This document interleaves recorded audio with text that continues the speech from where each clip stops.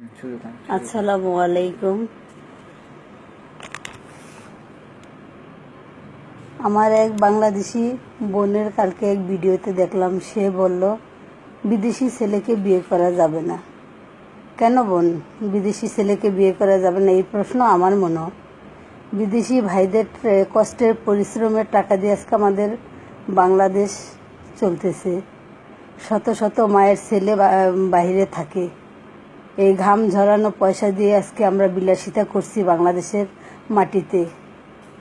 মা বোন ভালো স্কুলে পড়াশোনা করছি, ভালো ড্রেস ব্যবহার করতেছি বিদেশি পয়সা দিয়ে। কয় বোনের ভাইয়ের বোন বাংলাদেশে বড় বড় চাকরি এবং অট্টালিকা আছে, তা ব্যবহার করছে। বেশিরভাগই বাইরের পয়সা দিয়েই তারা সুখী জীবনযাপন করছে। আর এইভাবে বলাটা বোন তোমার মনে হয় ঠিক হয়নি, কারণ কত কষ্ট ওরা বাইরে করে তা যদি তুমি দেখতা, কোথায় তারা ঘুমায় শুধু একটি মেয়ের সুখের জন্য, একটি মায়ের সুখের জন্য, একটি বোনের সুখের জন্য।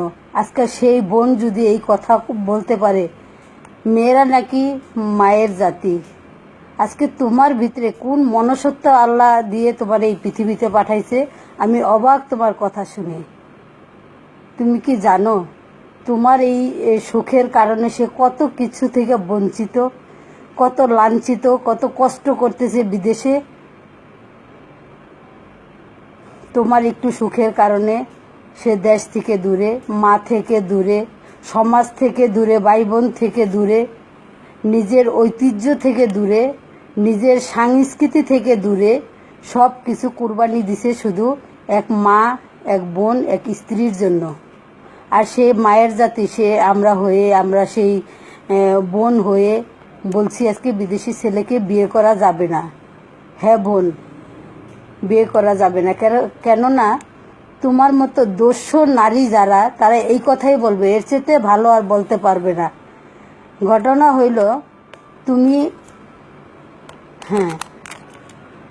তুমি তোমার এনজয়টাকে বেশি মনে করছো, কিন্তু সেও তো তোমার জন্য সব কিছু ত্যাগ করতেছে। সে তো এই কথা বলে নাই যে আমি বিয়ের পর আমি তোমার মা বাবা ভাই বোন দেশ ত্যাগ করতে তোমার জন্য আমি বাইরে যাইতে পারবো না। সে তার পাশে কে আছে? কেউ নেই। সে সকাল সন্ধ্যা জবে যায়, নিজে জব থেকে ফিরে রান্না করতে হয়, কাপড় ধুইতে হয়। ওই পয়সা সে ঠিকভাবে খায়ও না, দেশে ব্যাক করে যে আমার মা সুখে থাকবে, আমার বাবা সুখে থাকবে, আমার বোন সুখে থাকবে, আমার স্ত্রী সুখে থাকবে। আর তোমরা বলছো বিদেশি ছেলে বিয়ে করা যাবে না। আসলে তোমার খুব ইচ্ছে করছিল, যদি তোমারে আমি সামনাসামনি দেখতাম তাহলে আমি আসলে মন ভরে তোমারে দেখে নিতাম যে তুমি কি নারী না তুমি দস্যু। আর এই কিছু দস্যু জন্ম হয়েছে আমাদের মতো মায়েদের বোনদের পেটে। এই দস্যুদের কারণে আজকে আমরা জাহান্নামের রাস্তায় পা দিয়ে ফেলেছি মেয়েরা। কারণ ভাষা খুঁজে পাইতেছি না যে তোমার আমি কি বলবো। আমার বুক থরে থরে কাঁপতেছে।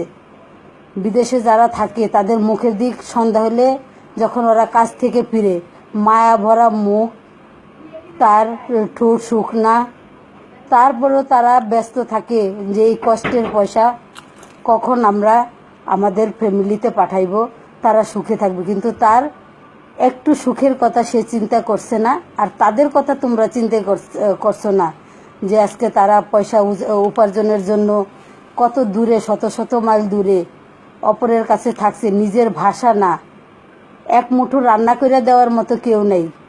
তো ওই ছেলেরা যদি শুনে যে আমাদের দেশের বাঙালি নারীরা বিদেশি ছেলেকে বিয়ে করতে চায় না, বাহ, কোথায় তারা থাকবে, কোথায় তারা আছেন?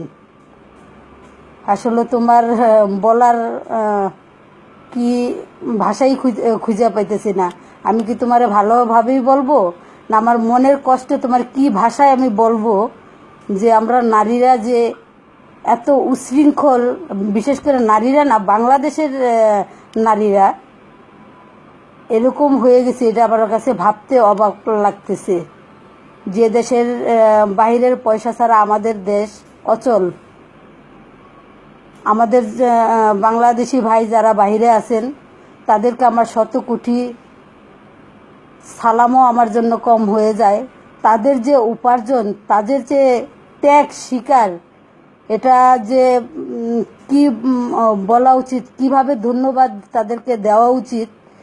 গোটা বাংলাদেশের নারী সমাজ থেকেও আমরা এই ছেলেদের ঋণ শোধ করার মতো না। তাদের যে ঘাম ঝরা পয়সা দিয়ে আজকে আমরা শপিংয়ে যাচ্ছি, আমরা ভালো গয়না পরছি, ভালো শাড়ি পরছি, ভালো খাচ্ছি, কিন্তু ওই বেচারায় কোথায় আছে, কেমন আছে? আর বিয়ের পর যখন আমরা স্বামীকে বিদায় দিই, ভালো দামি মোবাইল ইউজ করতেছি বিদেশি পয়সা দিয়ে, ভালো 3 পিস ব্যবহার করতেছি, ভালো গয়না। আরও ভাবিরে বলতেছি, ভাবি তোমার গয়নার চেয়ে আমার গয়নার ওজনটা অনেক বেশি, যেন আমার জামাই বাহিরে থাকে, ওখান থেকে ডলার পাঠাইলে আমি সেই ডলারে শপিং করি, কেনাকাটা করি। আরও ভাবির বাসায় যদি ময়ূরের খাট থাকে, আমার বাসায় আরও তার চেয়েতে কি ভালো আছে, ওই ডিজাইনের খাট বানাবো। আমার স্বামী সিঙ্গাপুরে থাকে, আমার স্বামী আমেরিকাতে থাকে, আমার স্বামী লন্ডনে থাকে। টাকা ইউজ করার সময় খুবই বড় বড় কথা বের হয়। ভালো ভালো রেস্টুরেন্টে যায়, বন্ধুদের সাথে চটায় আড্ডা মাইরা খাওয়া যায়, তারপরে নিজের ইচ্ছা মতো ঘোরা যায়। কিন্তু বিদেশি ছেলে বিয়ে করতে তোমাদের কষ্ট লাগে। তোর যদি একটি ভাই থাকতো, এখন আমার বেদবি মাফ করবেন, ইচ্ছে হইতেছে যে ওরে যে কিভাবে বলি, ও কি আসলে তাকে অনুভব করা যায় যে একটা সামাজিক ঘরের মেয়ে। সে সামাজিক ঘরের মেয়ে হইলে আর সে এডুকেটেড হইলে কখনো পারতো না সে এই কথাটি বলার জন্য, যে আমি না হয় বড় লোকের ঘরের সন্তান, বা আমি না হয় পতিতা থেকে পয়সা রুজি করি, কিন্তু এই গরিব ভাইয়ের বা এই বিদেশি ভাইয়ের পয়সা দিয়েই কিন্তু আজকে আমাদের দেশ চলতেছে, আমরা ভালো লেখাপড়া করতেছি। এই দূরদেশে সে একা একা থাকে, কি করছে, কিভাবে তার দিন যেতেছে। মাঝে মাঝে কিছু ভাইয়েরা আমার বিদেশ থেকে ভিডিও পাঠান যে দেখো, মাস শেষ গেলে বলো যে আমার যেই টাকা দিছে এই টাকা দিয়ে আমার সংসার চলে না, দেখো আমরা কোথায় ঘুমাই, কোথায় খাই, কি পইরা থাকি আমরা। তারপরও আমাদের দেশের বাঙালি মেয়েদের মন গলে না, তাদের টাকায় হয় না। তাদের অভাব যখন দরজায় আইসা দাঁড়ায়, ভালোবাসা জানলা দিয়া পালায়। তোর এই বিলাসিতা যে স্বামী না দিতে পারবো, তোর মতো মহিলারে আমার মনে হয় তুই 1 সেকেন্ড ওই স্বামীর ভাত খাবি না।